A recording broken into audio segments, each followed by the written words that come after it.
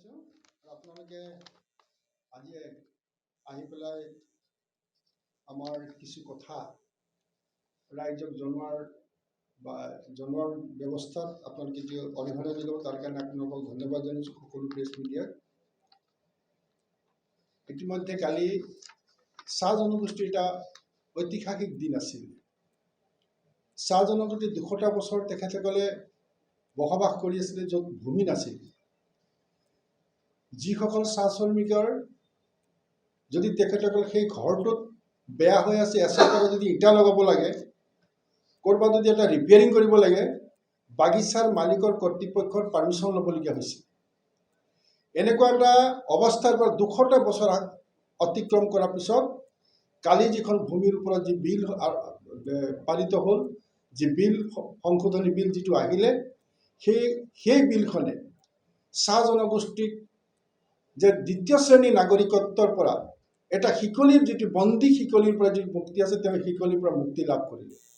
সেইকাৰণে আমি অসমৰ মুখ্যমন্ত্ৰী হিমন্ত বিশ্ব শৰ্মা ডাঙৰীয়া আৰু ভাৰতৰ প্ৰধানমন্ত্ৰী নৰেন্দ্ৰ মোদী ডাঙৰীয়াক আমি ধন্যবাদ দিছোঁ যে আজি ২০০টা বছৰত ২০০টা বছৰৰ ভিতৰতে ৭০টা বছৰ কংগ্ৰেছ আই গভৰ্ণমেণ্টে আছিলে। কংগ্ৰেছ আই গভৰ্ণমেণ্টৰ দিনত কেইবাজনো মুখ্যমন্ত্ৰী হ'ল। আৰু এটা ক'ব বিচাৰিছোঁ যে আমাৰ নাজিৰা সমষ্টিৰ পৰা হিতেশ্বৰ শইকীয়া ডাঙৰীয়াই জিকি আহি পেলাই মুখ্যমন্ত্ৰী হৈছিলে। তিতাবৰ সমষ্টিৰ পৰা তৰুণ গগৈ ডাঙৰীয়াই জিকি আহি মুখ্যমন্ত্ৰী হৈছিলে। সেই সকলো দুটা সমষ্টিতে চাহ বাগিচা উদ্যোগিত অঞ্চল, চাহ বাগিচাৰ মানুহৰ যোগেদি বহুত বছৰ ধৰি তেখেতসকলে ৰাজত্ব কৰিলে, অসমৰ শাসন কৰিলে। তেখেতসকলে কোনোদিনে এই উপলব্ধি কৰিব নোৱাৰিলে, তেখেতৰ চাহ জনগোষ্ঠীৰ ক্ষেত্ৰত কোনোদিন উপলব্ধি কৰিব নোৱাৰিলে। হিমন্ত বিশ্ব শৰ্মা ডাঙৰীয়াই জালুকবাৰী সমষ্টিৰ পৰা নিৰ্বাচিত হৈ আহিছিলে। সৰ্বানন্দ সোণোৱালে মাজুলীৰ পৰা নিৰ্বাচিত হৈছিল, য'ত বাগান এখনো নাই। আৰু অসমৰ বৰ্তমানৰ মুখ্যমন্ত্ৰীগৰাকীয়ে জালুকবাৰী সমষ্টিৰ পৰা বা ২-১খন বাগান আছিলে। ইমানখিনি বৃহত্তৰ চাহ জনগোষ্ঠীৰ কথা যিটো চিন্তা কৰিলে, কালি আপোনালোকৰ প্ৰেছত গম পাইছে, আপোনালোকে জানিছে, সমগ্ৰ অসমত শদিয়াৰ পৰা ধুবুৰীলৈকে যিমানবিলাক বাগান আছিলে সকলোকে আনন্দৰ জোৱাৰ হৈছে। তেওঁবিলাকে চকু পানীটো গৈছিলে, চকু পানী মানে একদম আনন্দৰ চকু পানী, যে আজি তেখেতসকলে এটা দাসত্বৰ পৰা তেখেতসকলে মুক্তি লাভ কৰিলে। এই কথাকেইটা আমি এইকাৰণে কৈছোঁ যে আজি ইমান দিন যদি বিজেপি গভৰ্ণমেণ্ট নহা হ'লে আজি সেই চাহ জনগোষ্ঠীসকলৰ ৰাস্তা নহ'লহেঁতেন, বাগিচাত স্কুল স্থাপন নহ'লহেঁতেন, বাগিচাৰ ল'ৰা ছোৱালী আজি এছ চি এছ পঢ়ি পেলাই তেখেতসকলে আজি DSP হৈছে, ক'ৰবাত অফিচাৰ হ'ব সক্ষম হৈছে। কেৱল মাত্ৰ বিজেপি গভৰ্ণমেণ্টৰ যিখিনি সহায় কৰিলে, তেখেতক APSC কোচিং কৰিবৰ কাৰণে সহায় কৰি দিছিলে, অন্যান্য যিবিলাক মানে অৰ্থনৈতিকভাৱে যি সহায় কৰি দিছিলে, সেইকাৰণে আমি তেখেতসকল নহ'লে আমি বিজেপি গভৰ্ণমেণ্ট নহা হ'লে আমি APSC ACS পৰীক্ষা পাছ কৰিব নোৱাৰিলেহেঁতেন। 3% ৰিজাৰ্ভেশ্যন যিটো আছিলে, সেই ৰিজাৰ্ভেশ্যনটো নহ'লে বিজেপি গভৰ্ণমেণ্টে আশা কৰি আছিল 3% চাকৰি ৰিজাৰ্ভেশ্যন, সেইখিনি হ'বলৈ পাইছে। গতিকে এইখিনি কথা আমি আপোনালোকৰ মাধ্যমেৰে আমি জনাইছোঁ। এইখিনি ক্ষেত্ৰত মই কংগ্ৰেছক আমি কঠোৰ নিন্দা কৰিছোঁ। তেখেতসকল আমি চোকা ভাষাৰে সমালোচনা কৰিছোঁ এইকাৰণে যে ৭০টা বছৰত তেখেতসকলে আমাক একো নকৰিলে। কালি যিখন বিল উত্থাপন হোৱাৰ প্ৰাক মুহূৰ্তত অখিল গগৈ নিচিনা অখিল গগৈ যে তেওঁলোকৰ পাৰ্টনাৰ, তেখেতসকলৰ মানে ৰাজনৈতিকভাৱে তাহাঁতে একত্ৰিত হৈছে যুঁজিবৰ কাৰণে। কংগ্ৰেছ আৰু অখিল গগৈ, লুইনজ্যোতি গগৈ একেটা স্থলীৰ একেটা পাৰ্টীৰ তেখেতসকলৰ এলায়েন্সত আছে। কিন্তু কালি যিটো মানে অখিল গগৈ যি উৎপাত কৰিছে, বিলটো পাৰিত হোৱাৰ আগত যাতে উৎপাত কৰিছে, কংগ্ৰেছে নীৰৱ দৰ্শক হৈ চাই আছিল। আপোনালোকে দেখিছে, আপোনালোকৰ মাধ্যমেৰে দেখিছে, অখিল গগৈয়ে আমাৰ এই চাহ জনগোষ্ঠীৰ যিটো ভূমি পট্টাৰ ওপৰত যি মানে সংশোধনী বিলটো যদি অনাৰ প্ৰাক মুহূৰ্তত মুখ্যমন্ত্ৰী ভাষণ দি থকা অৱস্থাতে বা বিভিন্ন ধৰণৰ ভাষণ দি থকা হৈছে, অখিল গগৈ যিজনে অভদ্ৰ আচৰণ কৰিছে, এই অভদ্ৰ আচৰণ কালে কোনো চাহ জনগোষ্ঠীৰ লোকসকলে অখিল গগৈ, লুইনজ্যোতি গগৈ আৰু কংগ্ৰেছত কোনোদিনে ক্ষমা নকৰে। আৰু এতিয়া সিদ্ধান্ত লৈছে যে বাগিচাত প্ৰৱেশ কৰাটো তেখেতসকলে বাধা আৰোপ কৰিব। কাৰণ এই বিলটো তেখেতসকলে ভাবিছিলে যে বিলটো নাহক, বিলটো নাহিলে তেখেতসকলে ৰাজনীতি খেতি কৰিব পাৰিব। কিন্তু অসমৰ মুখ্যমন্ত্ৰীৰ বলিষ্ঠ নেতৃত্বত আজি এই বিলখন পালিত হৈ গৈছে। আৰু ইয়াত বহুত লাখ লাখ মানুহে 3 3,33,000 লোকে ইয়াত উপকৃত হ'ব। 825খন বাগানৰ চাহ বাগিচাৰ লোকসকলে ইয়াত উপকৃত হ'ব। এই কথাকেইটা কোনোদিন কংগ্ৰেছে উপলব্ধি কৰিব পৰা নাছিলে। আৰু আমি আশা ৰাখিছোঁ অনাগত দিনবিলাকত যাতে আমাৰ চৰকাৰে নৰেন্দ্ৰ মোদীৰ নেতৃত্বাধীন ভাৰত চৰকাৰ আৰু অসমৰ মুখ্যমন্ত্ৰী হিমন্ত বিশ্ব শৰ্মাৰ নেতৃত্বৰ চৰকাৰৰ দিনত আৰু বহুতো আঁচনি আছে, বহুতবিলাক আঁচনি আছে, যেনেকৈ আপোনালোকে অলপ দিনৰ আগতে আমাৰ এটিকলি দুটি পাত, য'ত প্ৰত্যেকজন চাহ শ্ৰমিকৰ একাউণ্টত 5,000কৈ টকা তেওঁলোকে দিব। এই কথাকেইটাও কৈছে। আগতে বাগানত কোনো ধৰণৰ সেলফ হেল্প গ্ৰুপ নাছিলে। কংগ্ৰেছৰ দিনত কোনো ধৰণৰ সেলফ হেল্প গ্ৰুপৰ ব্যৱস্থা নাছিল। সেলফ হেল্প গ্ৰুপৰ যোগেদি তেতিয়া মহিলাসকলক সবলীকৰণৰ কথা তেখেতে আজি এই বিজেপি গভৰ্ণমেণ্টে চিন্তা কৰিছে।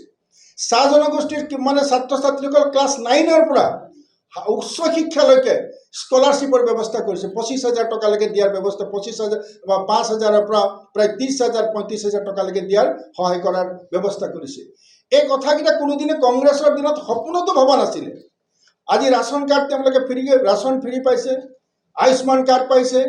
আজি আগতে আয়ুষ্মান, যাৰ বাগানত যেতিয়া বাগানৰ শ্ৰমিক এজনৰ যেতিয়া বেমাৰ হৈ যায়, কেঞ্চাৰ বেমাৰ হৈ যায়, তেওঁৰ ঘৰ বাৰী বিক্ৰী হৈ গৈছিলে, তেওঁ ঘৰ যিমানখিনি সম্পত্তি বিক্ৰী হৈ গৈছিলে, তথাপি কেঞ্চাৰত তেওঁ আৰোগ্য হ'ব নোৱাৰে, মানুহ হয়তো কেতিয়াবা হেৰাবলগীয়া হৈছিলে। কিন্তু আজি তাৰিখত মানুহে কোনো ধৰণৰ কাৰো ওচৰত নাচাপে। তেখেতসকল যেতিয়া কোনোবা ডাঙৰ টান বেমাৰ হয়, কোনোবা গুৰুত্বৰ ৰোগী হয়, তেখেতসকল ৰাচন কাৰ্ডটো লৈ পেলাই হস্পিটেলত যায়, তাত পেলাই 8 লাখ টকালৈকে তেখেতলোকে ৰেহাই পাবলৈ সক্ষম হৈছে। এইকেইটা কেৱল মাত্ৰ বিজেপি গভৰ্ণমেণ্টৰ কাৰণে হৈছে, নৰেন্দ্ৰ মোদীৰ কাৰণে হৈছে, হিমন্ত বিশ্ব শৰ্মাৰ কাৰণে হৈছে, আৰু আমাৰ সৰ্বানন্দ সোণোৱালৰ নেতৃত্বাধীন চৰকাৰৰ কাৰণে সেইটো হ'বলৈ সক্ষম হৈছে। আগতে বাগিচাৰ মানুহৰ এটা একাউণ্ট নাছিল, ব্যৱস্থা কৰা নাছিল, বেংকৰ একাউণ্ট নাছিল।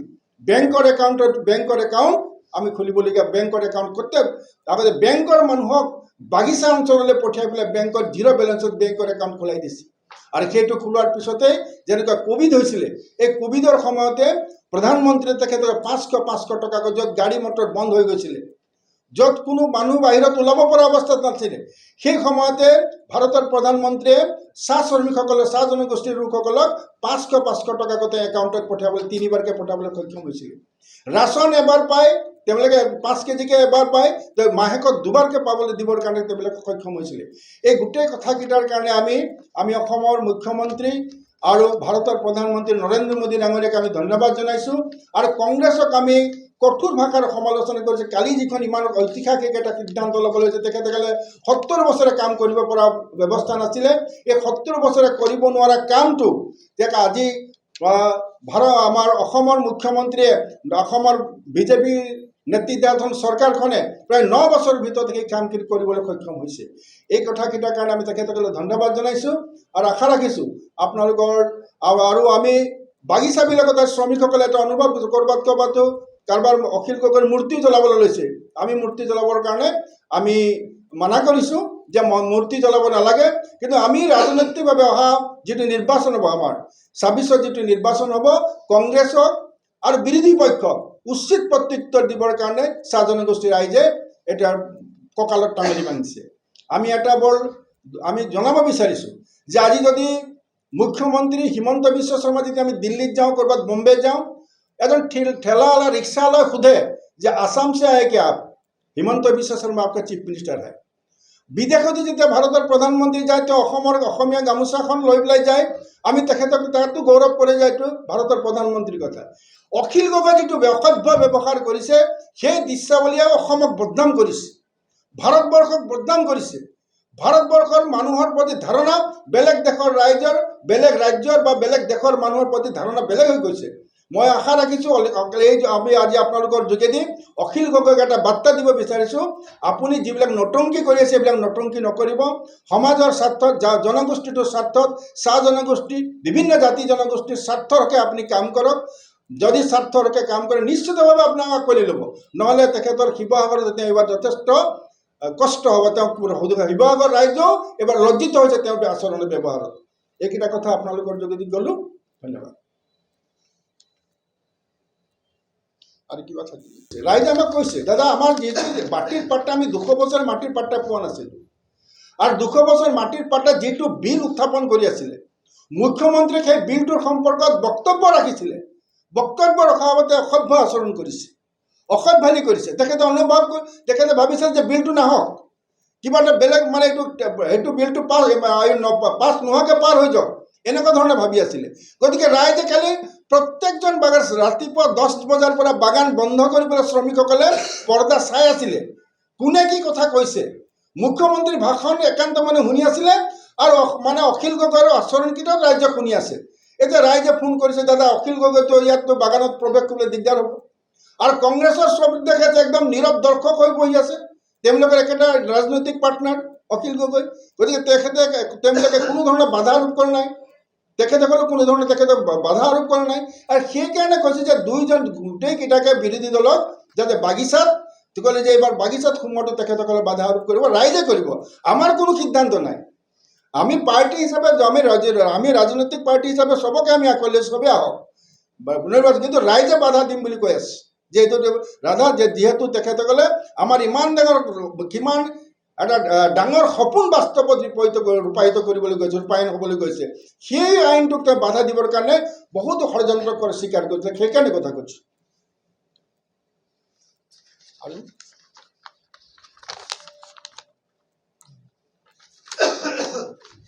এটা কথা ওলাই আছে যে শ্ৰমিকৰ মজুৰিৰ কথাটো ওলাই আছে যে মই এইখিনিতে জনাব বিচাৰিছোঁ যে কংগ্ৰেছে 70টা বছৰ শাসন কৰাৰ পিছত বাগানৰ শ্ৰমিকৰ দৰমহা আছিল 137 টকা, আৰু আমি 9 বছৰৰ পিছত 250 টকালৈ আহিছে। আৰু সেইকাৰণে কৈছোঁ যে আৰু এই জানুৱাৰী মাহৰ ভিতৰতে আৰু অলপ বৃদ্ধি কৰাৰ কথা আমি চিন্তা ভাৱনা কৰিছোঁ। মুখ্যমন্ত্ৰীৰ পদক্ষেপ লৈছে আৰু নিশ্চিতভাৱে এটা দৰমহা বৃদ্ধি হ'ব।